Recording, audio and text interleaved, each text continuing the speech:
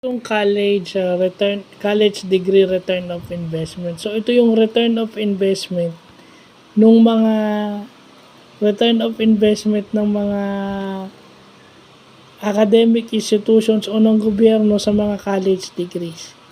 So kumbaga nag-invest sila para papag-aral yung isang estudyante o isang tao, then ano yung babalik sa kanila.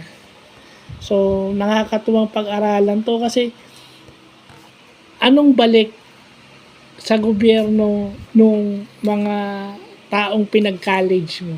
And recently, 2005 and between 2005 and 2022, nagde-decline daw yung college ROI sa Pilipinas.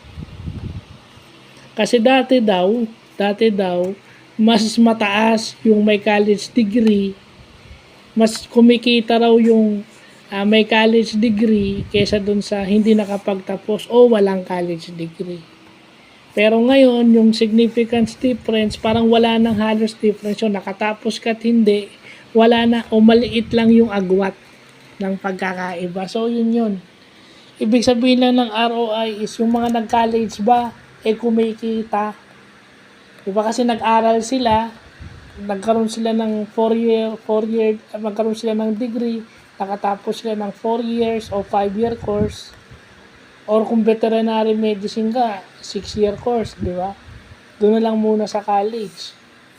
So, ibig sabihin ba kumikita? Sa Pilipinas daw, based dun sa study na ginawa ng Philippine Institute for Developmental Studies, declining daw, bumababa. So, naintindihan ko yun, bakit pinapa-align yung college curriculum doon sa pangangailangan ng industry. Kumbaga yung 4-year curriculum o 5-year curriculum nila naka-align sa pangangailangan sa industry.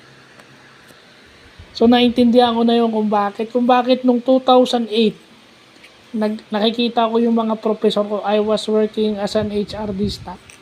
Nakikita ko yung mga professor ko may ginagawa. Kasi yung mga professor ko, naging katrabaho ko din. So, nakikita ko sila na nag-iisip, nagpo-formulate. Ayun pala.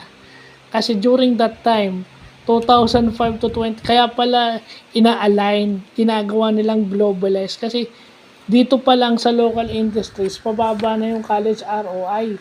Mas lalo na dun sa hindi lang para dito, para din maging marketable o in demand sila internationally.